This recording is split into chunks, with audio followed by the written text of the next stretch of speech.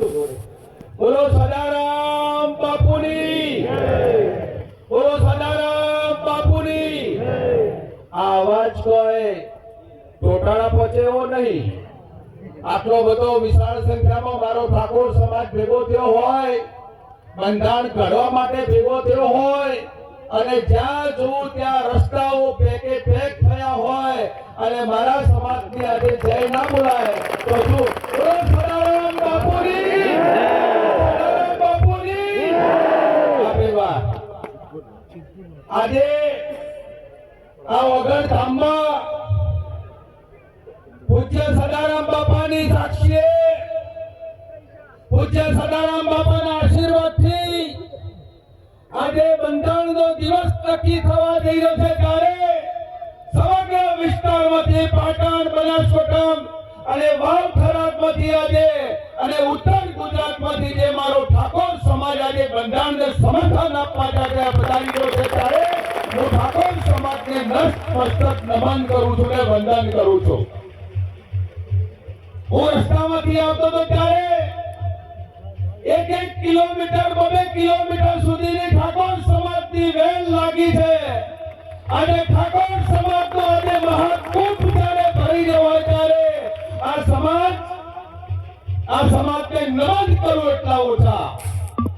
પૂજ્ય સદારામ બાપાએ આ સમાજ માટે પોતાના 90 વર્ષ સુધી પોતાની જિંદગી ગામડે ગામડે ફરી સમાજને વ્યસન મુક્ત કરવા માટેના પ્રયાસો કર્યા। ઠાકોર સમાજમાં બંધારણ લાવવાનું જો કામ કર્યું હોય તો જે તે વખત સદારામ બાપાએ જે શરૂઆત કરી અને આજે એના ભાગરૂપે આજે સમાજ ભેગો થયો છે। આજે સદારામ બાપાએ અનેક પ્રયત્નો કર્યા, સદારામ બાપાએ વ્યસન મુક્ત કરવા માટેના પ્રયત્નો કર્યા, સદારામ બાપાએ સમાજમાં અનેક પ્રવૃત્તિઓ કરી, અને સદારામ બાપાના નામે આજે સદારામ બાપાના ધામથી આજે સદારામ બાપાના બંધારણથી જ્યારે આપણો સમાજ ભેગો થવા જઈ રહ્યો છે, ત્યારે આપ સૌને વિનંતી કરવા માટે ઉભો થયો છું ચંદનજી ઠાકોર કે આ બંધારણને સૌ ફોલો કરજો, એવા 2 હાથ જોડીને વિનંતી કરું છું। કોઈની વાતમાં ના આવતા, કોઈની વાતમાં પકડાતા નહીં। કોઈ સમાજમાં કોઈ એક બીજો ભેગો થાય, કોઈ પાર્ટી વાળો ભેગો થાય, બીજી પાર્ટી વાળો ભેગો થાય, અને એ દાડે એમ કે મારે તો લગ્ન આવી રીતે કરવા છે, એ દાડે 2 પાર્ટી વાળાને જતા કરજો, પણ બંધારણને ના જતું કરતા એવી વિનંતી કરવા માટે આવ્યો। આજે આ સમાજ ધારે તે કરે છે। એક વખત ટોટાણામાં પૂજ્ય સદારામ બાપા બ્રહ્મલીન થયા એક દિવસે ટોટાણાથી માંડીને થરા સુધી અમારો ઠાકોર સમાજ સદારામ બાપાને શ્રદ્ધાંજલિ આપવા માટે ભેગો થયો હતો, અને આજે બંધારણને સમર્થન કરવા માટે અમારો સમાજ ભેગો થયો છે। નતમસ્તક નમન કરું છું।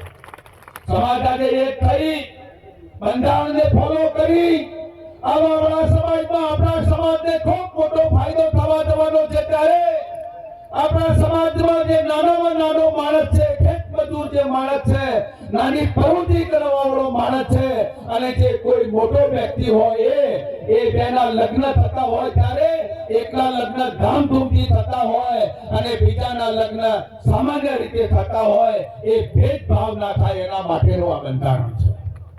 આ બંધારણ આજે બધા સ્ટેજ પર બેઠેલા સમાજના શ્રેષ્ઠીઓ, ધર્મગુરુઓ આ બંધારણને બધા ફોલો કરવાના છે। આજે એમનો દીકરો હોય, મારો દીકરો હોય કે એમનો અન્ય દીકરો હોય, આ બંધારણને ફોલો કરવા માટે આજે એમને જે નિયમ લાગુ પડે એ નિયમ તમને લાગુ પડે, અને એ જ બંધારણ કહેવાય સાહેબ। એટલા માટે આ મોટી સંખ્યામાં આ બંધારણ ભેગું કરવા માટે જ્યારે ભેગો થયો છે, ત્યારે આપ સૌએ આ બંધારણને ફોલો કરજો, સદારામ બાપાના નામે ફોલો કરજો, એવી આપ સૌને 2 હાથ જોડીને વિનંતી કરું છું। જય સદારામ બાપા।